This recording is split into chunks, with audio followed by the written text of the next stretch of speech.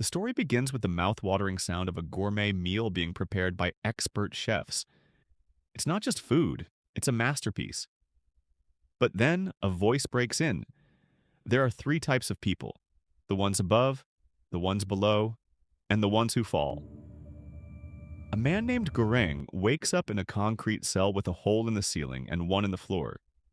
His cellmate, an older man named Trimagasi, tells him they're on level 48 of the pit, a place where survival depends on your position.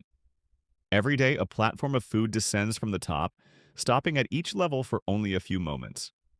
The higher you are, the more food there is. By the time it reaches level 48, the offerings are nothing but scraps. Still, Trimagasi says 48 is a lucky number. Goreng, new to this environment, refuses to eat it first, disgusted by leftovers from dozens of others. He finds a pristine apple and decides to keep it for later. But soon the room starts heating up, unbearably.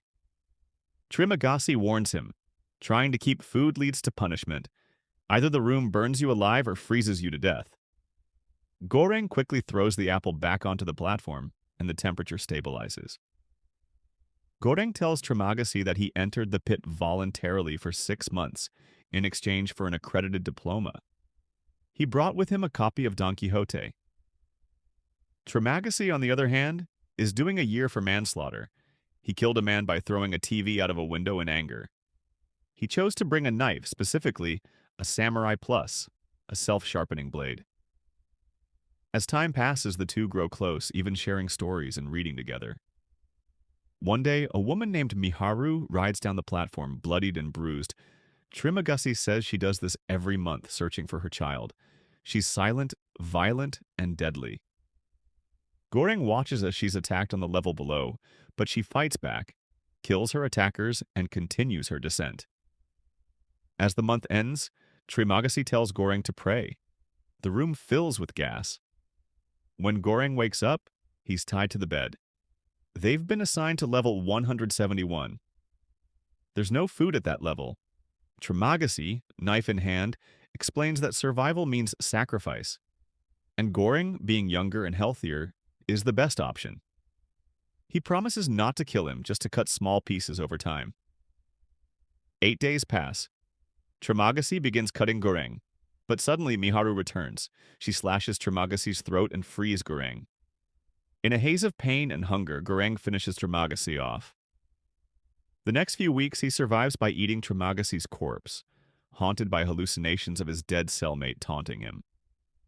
Next month, Goreng wakes on level 33 with a new cellmate, a woman named Imugiri and her dog, Rameses II. Goreng remembers her. She interviewed him before he entered the pit. She was part of the administration. She insists that the system would work if everyone only ate what they needed. But her pleas to the levels below go unheard.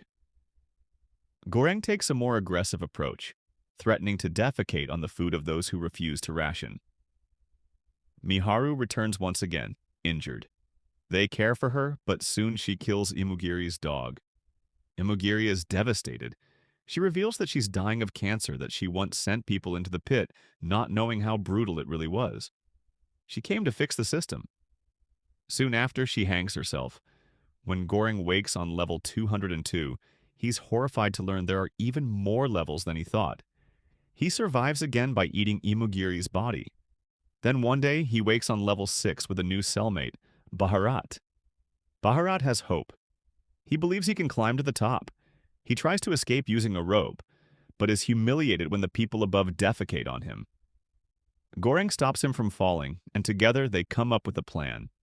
They'll ride the platform downward, protecting the food, giving fair rations, and sending a message back up. A perfectly untouched dish of panna cotta. As they descend, they fight off prisoners who try to take more than their share.